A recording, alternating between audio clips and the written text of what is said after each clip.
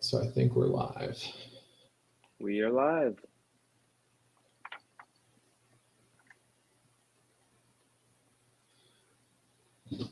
All right, what's up, everybody? This is Joe Langworthy here with Thomas Wolfel for episode 31 of Tailgate Talk 6 Column Sports Podcast. And we are streaming this live. We're on Facebook, we're on Twitter, we're on YouTube. So hopefully all of those are actually working. I don't know if anybody really knows that we're doing that yet or has really caught on to that. So I'm sure we're not really going to have anybody listening live, but that is an option in the future. So should you so choose, and we will. Listen, we're trying to plan this out a little bit better, so we'll have it out a little bit so you can put it on your schedule. And there's no reason why Mark Langworthy's not listening live anyway. So we gotta. Should I text him the link and see if he can see if he can figure that one out? Actually, get my dad on here. Get him commenting live. I'm gonna text him the link. Just tell us how stupid we are, but tell that's us all how right. dumb we are. We need to actually have him on the podcast at some point, just so everybody that's listened and hears us talking about him can put a face to the name and see how dumb he is in person. Figure out where you get it from. Yeah, figure out exactly. I know he's not on here yet. That's why I'm saying that. So, all right, let's. But yeah, so obviously more. As you were alluding to, we're going to have some live episodes coming up. Catch up on recruiting and do a preview of the basketball season, and then of course next week got to start thinking about Georgia. So definitely some exciting podcasts coming up, and anybody who wants to listen live will answer any questions you have for us. Just about. It'd be worth a listen, I think. So keep an eye out, like Joe said, for links and times for those coming up in the next week or so.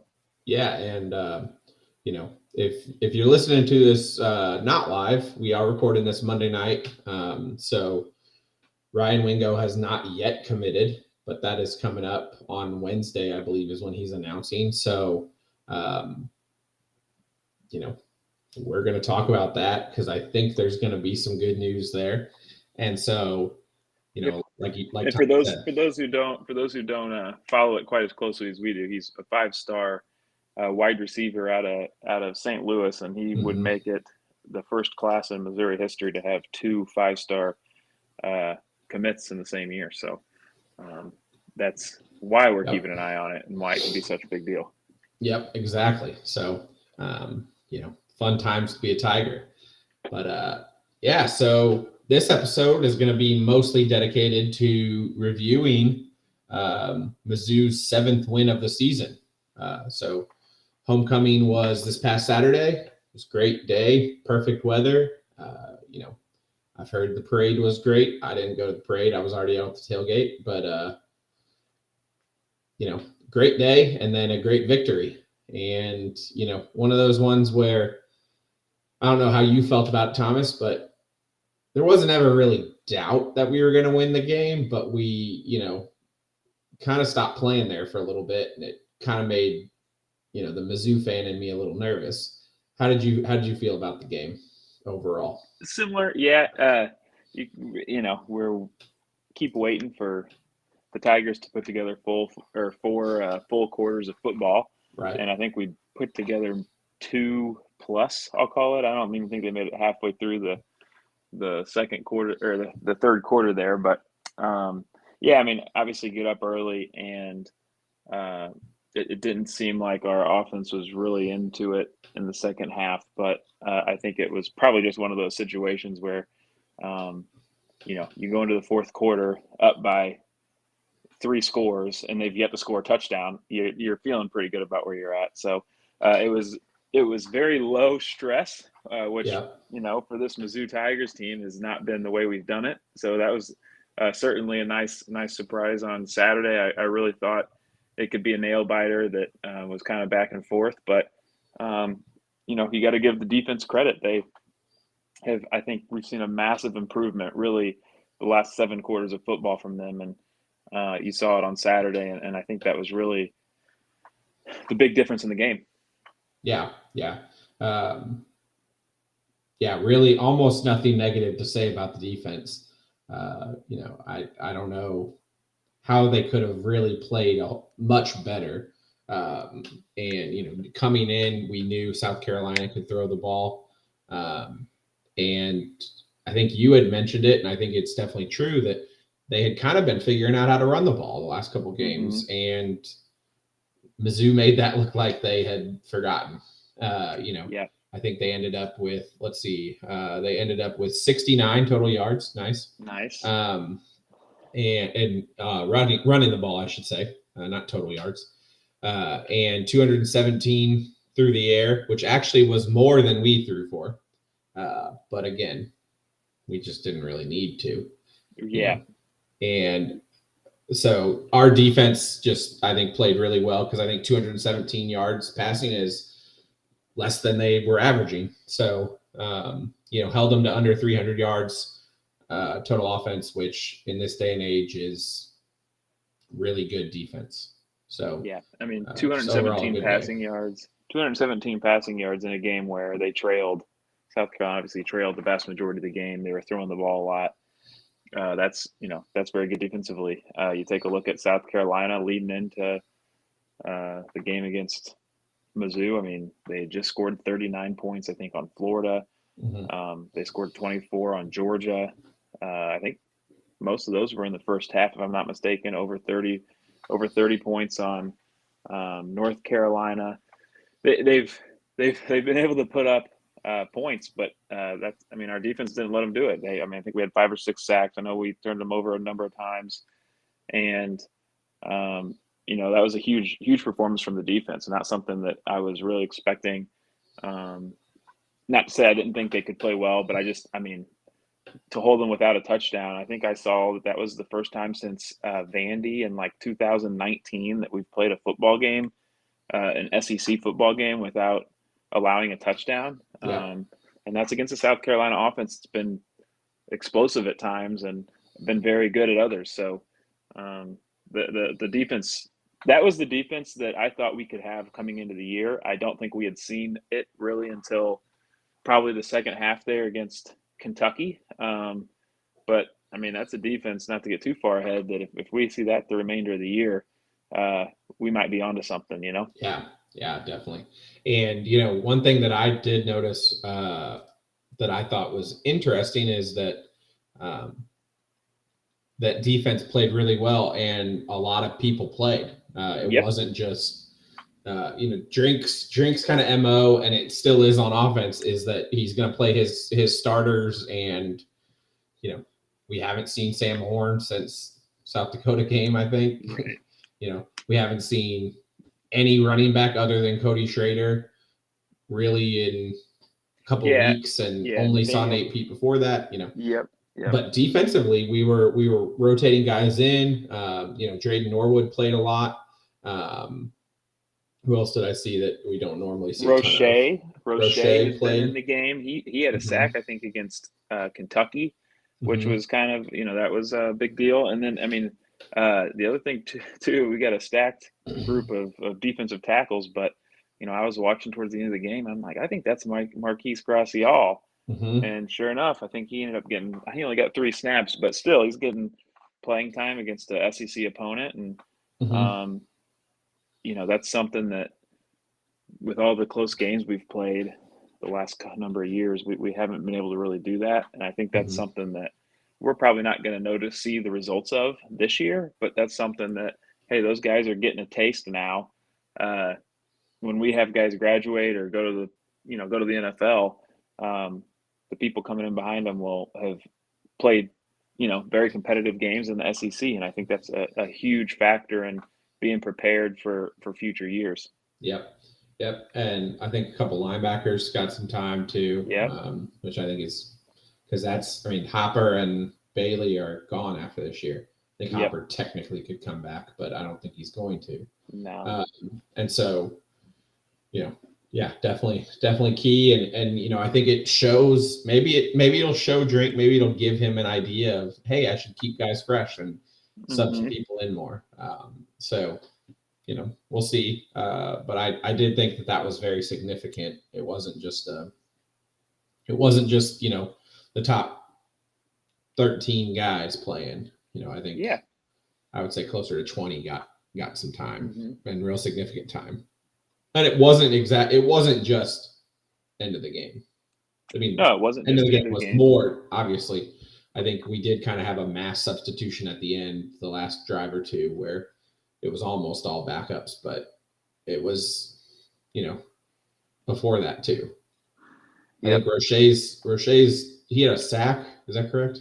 Yeah, I think he had a sack against Kentucky, and then he's continued to play. Oh, is that right? I believe so. I'd have to double check, but I know he's been playing.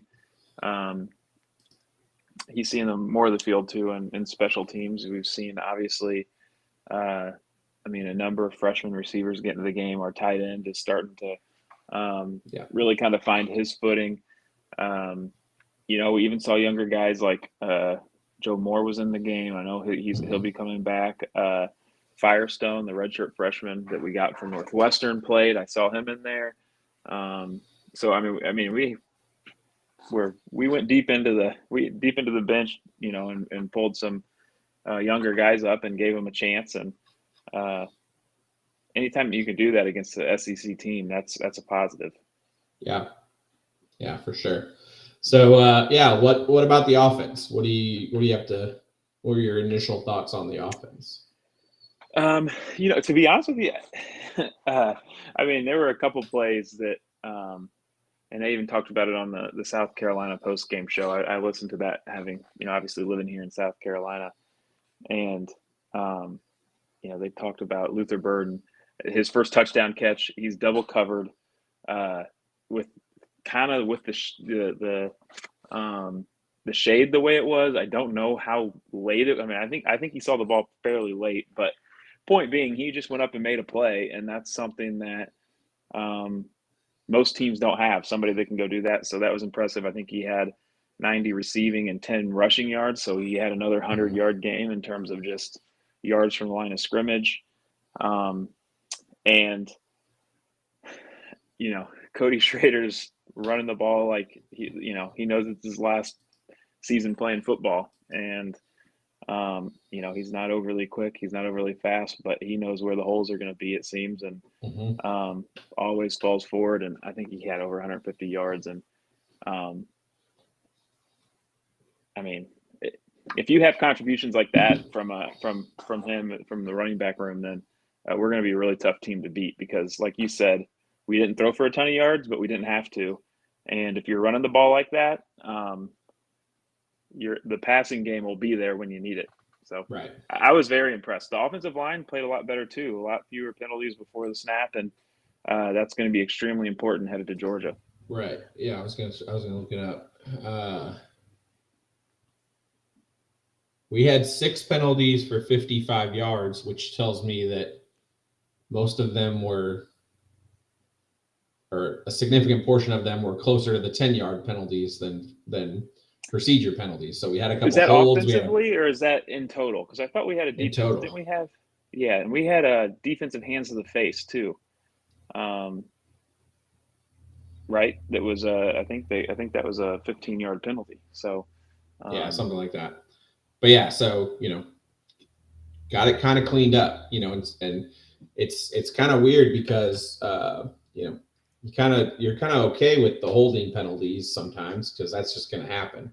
You're going to get called for those. It's those procedure penalties that really bum me out. So we had 6 penalties for 55 yards, and I'm feeling better about it than South Carolina probably is with their 6 penalties for 35 yards. Because we're all more procedure based and more just dumb delay of games or procedure or false starts or offsides or that kind of thing. So the one thing that has to stop, and I'm fairly confident it happened again, because I remember texting you guys about it, is I don't know how we have a center that gets false. Like, how do you false start as the guy snapping the ball? I don't. I don't know. That's something that I think that they're going to have to figure out. But the offensive line's been much better. massive improvement over last year to the point where they're giving the offense a chance to, go win a game instead of just trying to hang in there long enough to let the defense do it. So and I don't think there's Javon anything we Foster can complain about. Yeah, Javon Foster won SEC Offensive Lineman of the Week.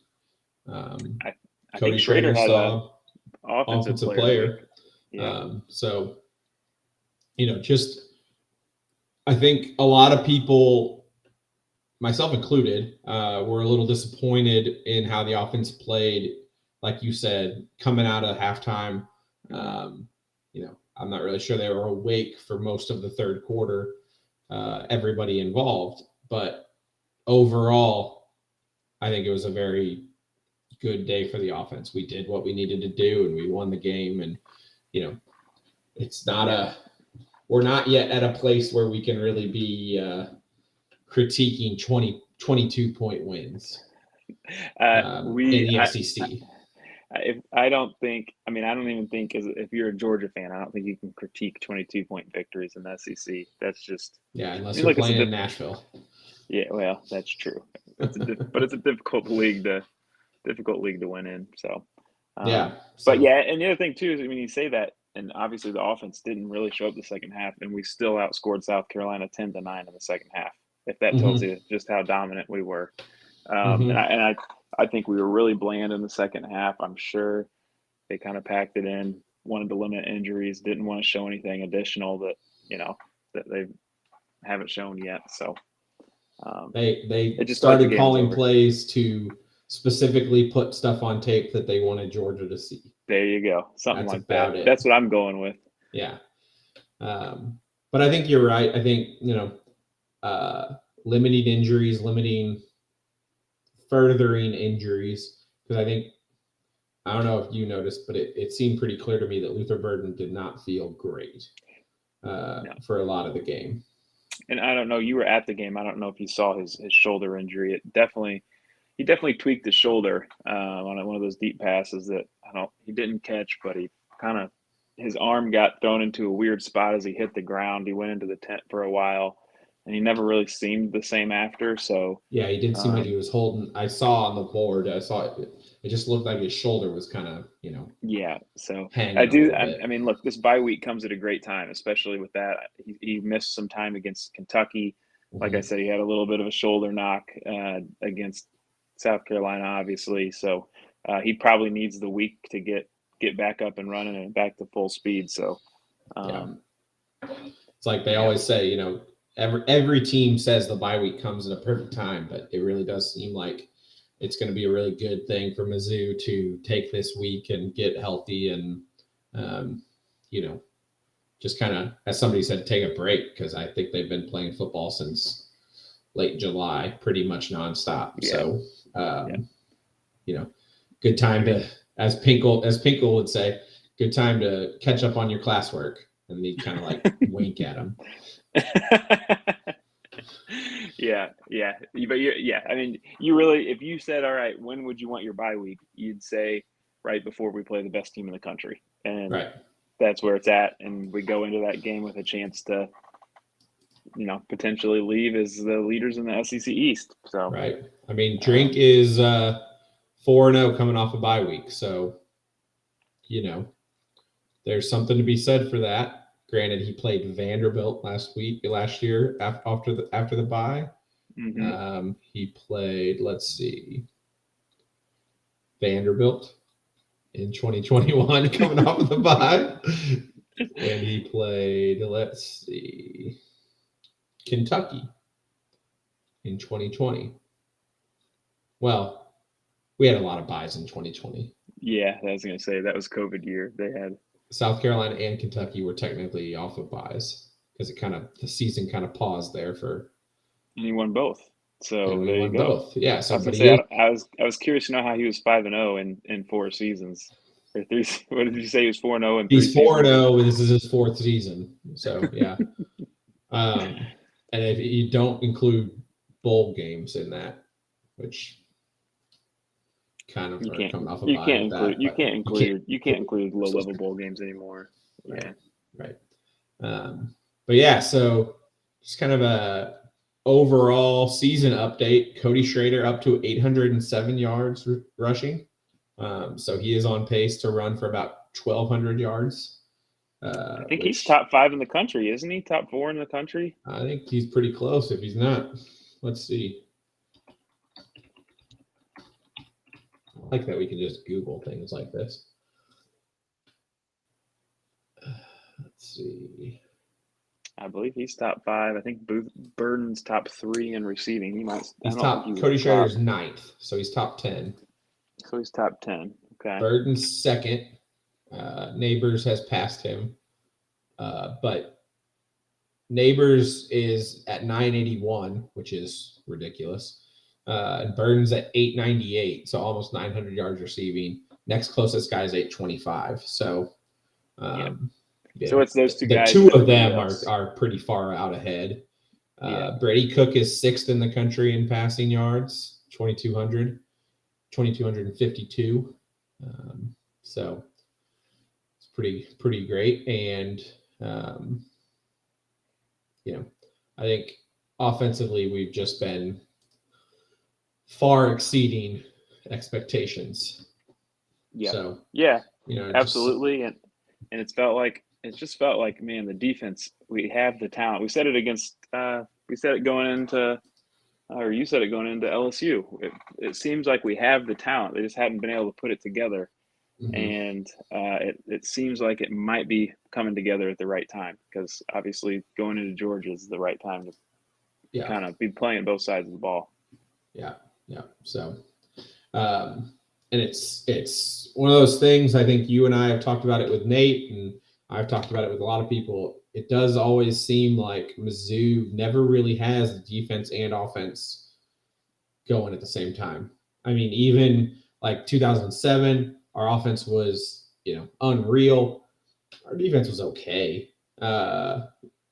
We did what we needed to do, but it wasn't really a dominant defense.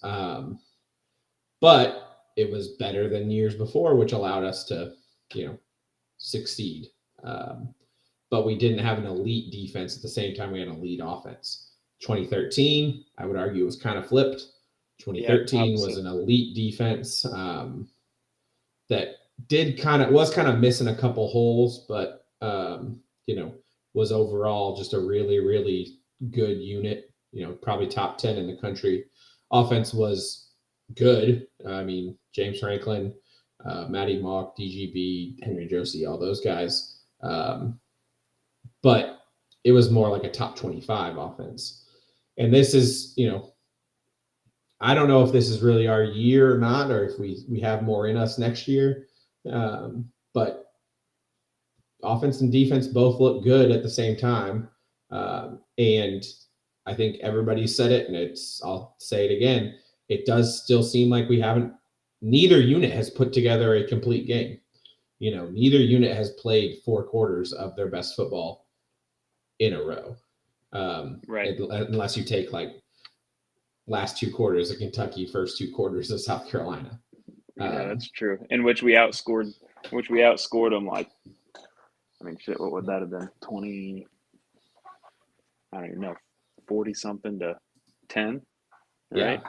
Like just crazy domination if you take it that way. But so we're playing really well, and we're doing what we need to do, but there's still more out there, and there's still we haven't hit our ceiling, I don't think, which should scare the rest of the country.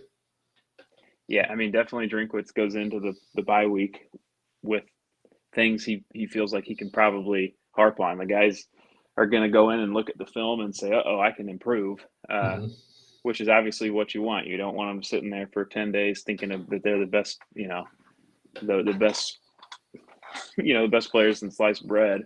You want to make sure that they know that there's teachable moments, there's learning they have left to do to get better. And I think it probably helps too that it's Georgia. You're going in to obviously play a team that hasn't lost in 3 years. I think that Mizzou can bring something to the table that Georgia hasn't seen yet this year. That's, that's a Luther Burden that, look, I have to imagine this is probably going to be the first game that Georgia will have all year, maybe the last game where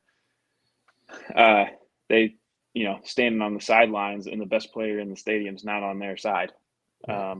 Now, obviously, it takes more than one guy to win a game, but I think that's a dynamic that could throw a wrench in the works. That we'll see how we can utilize them and see how they respond. But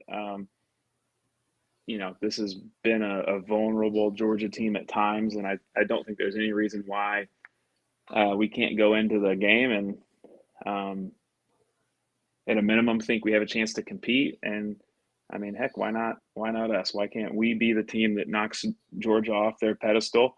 There's no reason why we can't do it. Yeah, I mean, I agree, and I think they're playing Florida this week, correct? Yep, that Florida So, down in Jacksonville, so it's a huge rivalry game for them. The world's largest cocktail party. Is that one? Yeah. And so, I mean, that's a big game for them. That's a rivalry game, like you said. It's always in Jacksonville, which it's not on a college campus. It kind of has a bowl game feel to it. There's a little more festivities and pageantry around it. I think I want Georgia to win that game, but I want them to have to work for exert some effort. Yeah. And it be an emotional game. It be something where Florida's in it till the last minute or so, and it's they're having to exert all their energy, and then then it's back to Georgia. They are still unbeaten, but they're feeling vulnerable in a way that it's like, I don't really know what we're doing here. Yeah. And I don't know if that's really possible. I think Kirby Smart's a good coach, and he's going to have them ready to go either way. But yeah, you say that, but I mean, look, their first SEC game of the season was against South Carolina. They were losing at halftime. They were losing for a lot of the third quarter, and barely kind of snuck by them there. So, and obviously, we just beat the snot out of South Carolina. So, right. It's human nature to have won that much and start to think that you just can't lose. And, I think it's just as likely that it's, they lose a game that probably they shouldn't than it is that, they went out and go to the playoffs and get beat by a team that's better than them. I think they have to slip up at some point in time. You're not going to play perfect for that long. I don't think. You just hope that they slip up against us and not, Tennessee or whoever they play after. Right. Sorry, Georgia's website is very confusing. Probably direct you to their NIL investment page. Well, there's the initial schedule thing I clicked on had all the sports, and I didn't realize that at first. And I was like, when did Georgia play at North Georgia? But I think it was like their 1938, probably. Softball team played some exhibition there and beat them 21-0. Yeah, so I was gonna say, didn't they? Yeah, they struggled with South Carolina. That was what I was thinking of. You said that. They did beat the snot out of Kentucky, though. Yeah, they did. And I think they beat Vandy by pretty much the exact same score we beat them by, didn't they?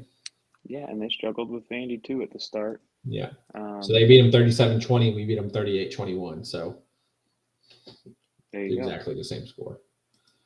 So, if you're playing the matchup game, I think there are pros and cons to that. I think there's possibility there, but we'll dive into Georgia a lot deeper here in a week or so.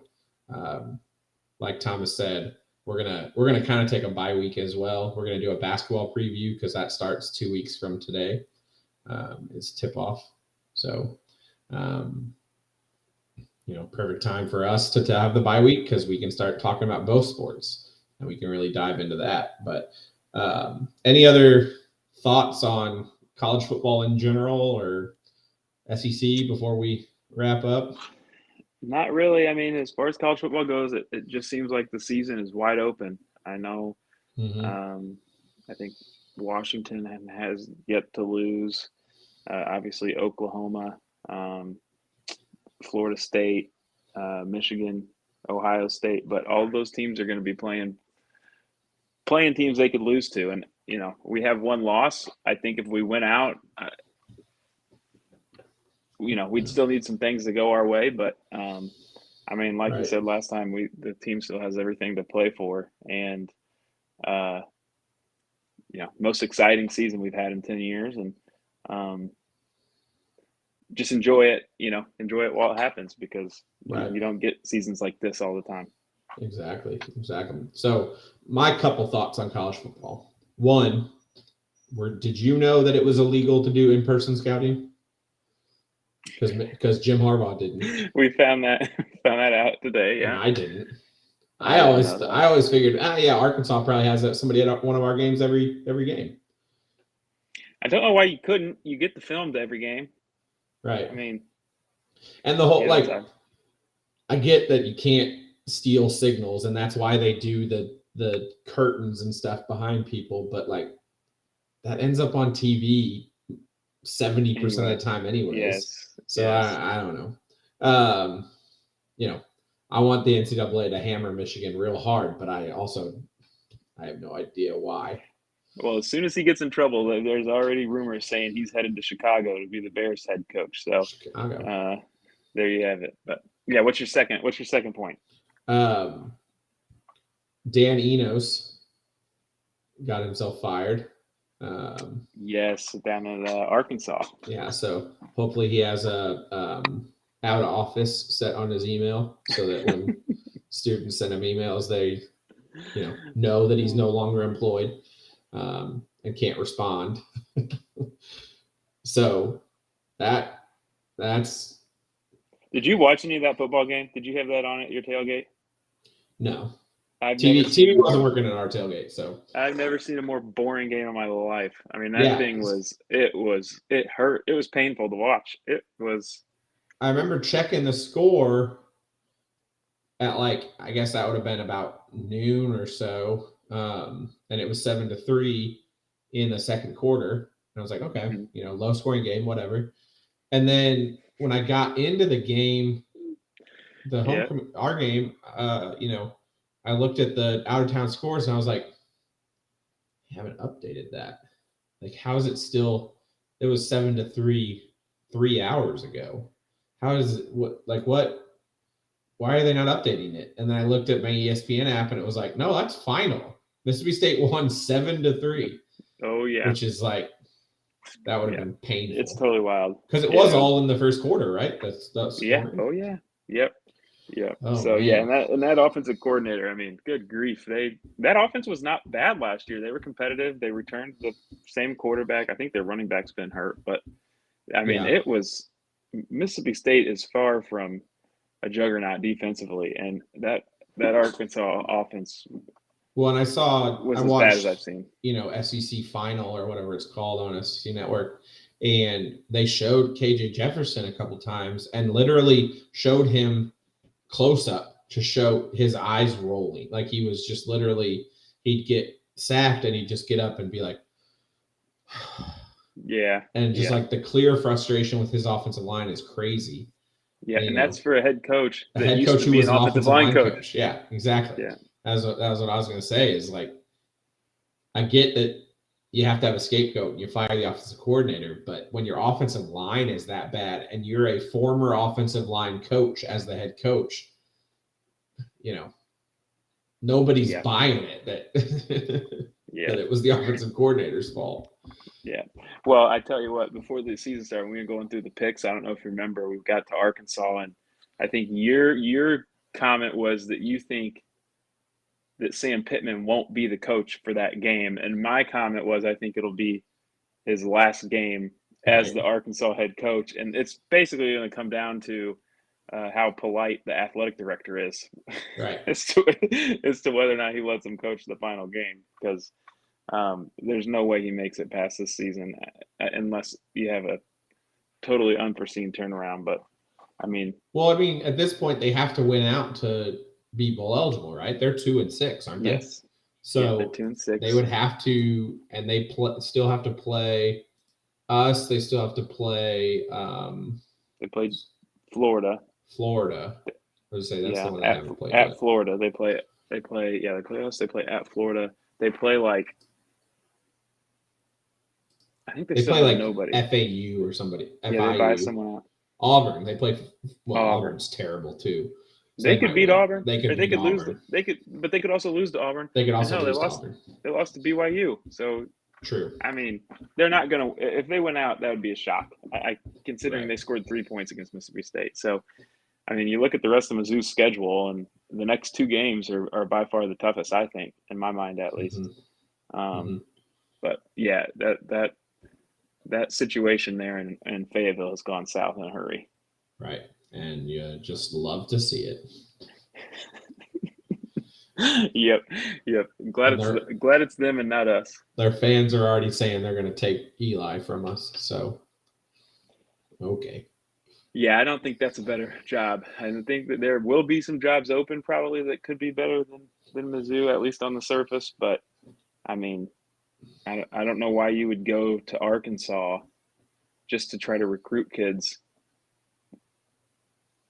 that are committed. Like if Arkansas is going to be good, they're going to have to out-recruit Mizzou for Missouri athletes. And that's just with the NIL law we have, I think I think you'd be much better off at Missouri. That's right. And even if it, from a financial standpoint, even if it is a better job in terms of they can pay more, the rumor is they didn't want to pay more for him 3 years ago.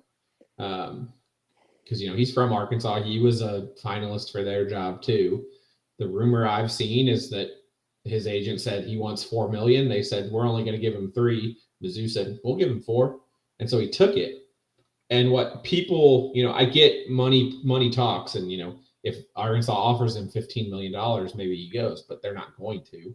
So that's off the table. But also, he's now put in 3 years of work, 4 years of work, setting up his program here, doing all the work, going to Jeff City to get this NIL law passed, making this job a better job.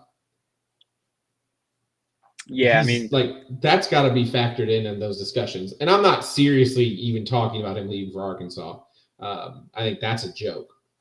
But, if there is a possibility of him going somewhere, I do think that, things like that, if it's only a marginally better job on paper, things like that, like the work that he's already put in to make it a Mizzou a better job, I think get factored in more than people want to talk about. Yeah. And obviously we won't talk about the basketball coach that left us for Arkansas, but and I'm sure people will point to that. But turning a basketball programs around is much different than turning a football program around.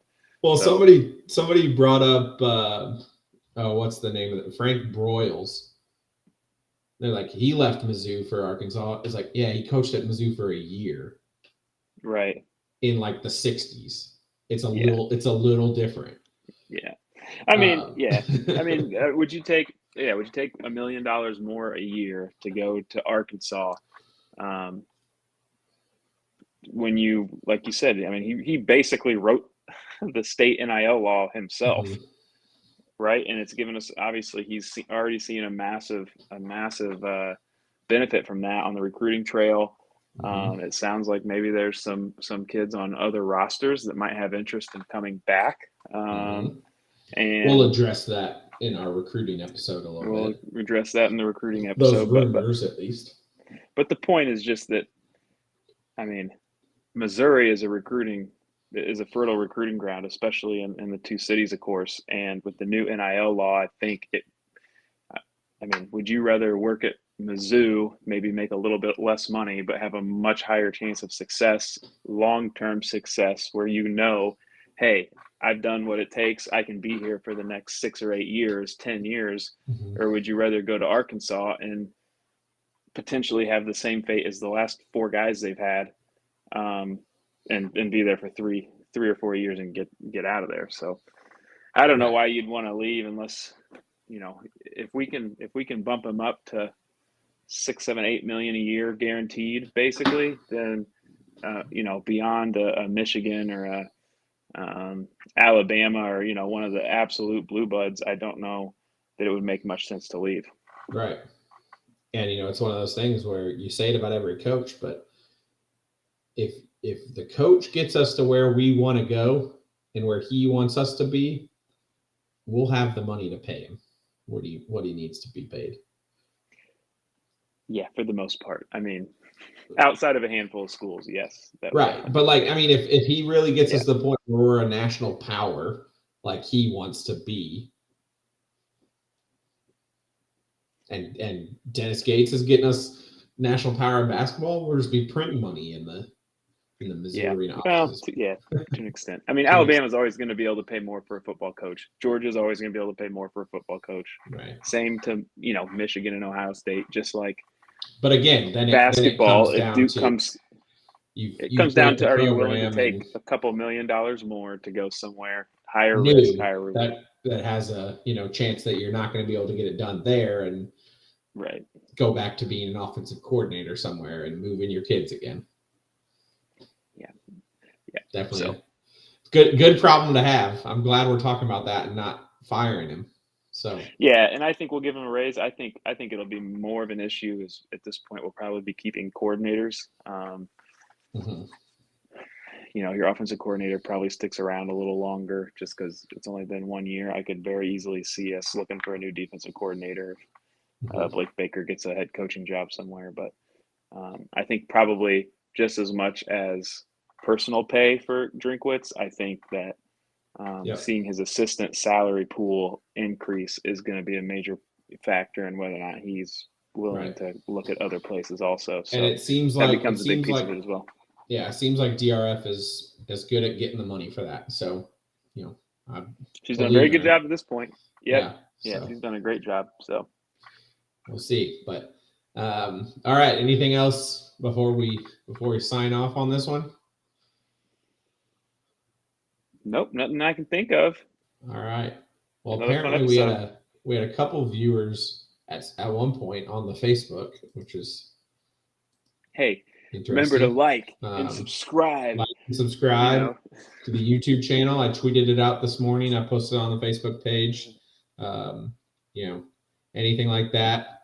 If you really feel passionate about Tailgate Talk, a 6 Column Sports podcast, hit me up and you can Venmo me. There are a few costs that I don't, we don't make any money off of this. So, but we, like to not lose money. So if anybody wants to support, hit us up. Heck yeah. And hey, we are starting to get some listeners. So, we'd be inexpensive advertising as well. We'd do everything we could to make sure you get your money's worth. So. Right. Yeah. So, Thomas is a real cheap date. So, wouldn't take much, but yeah, so that's all we have. This has been episode 31 of Tailgate Talk, a 6 Column Sports podcast.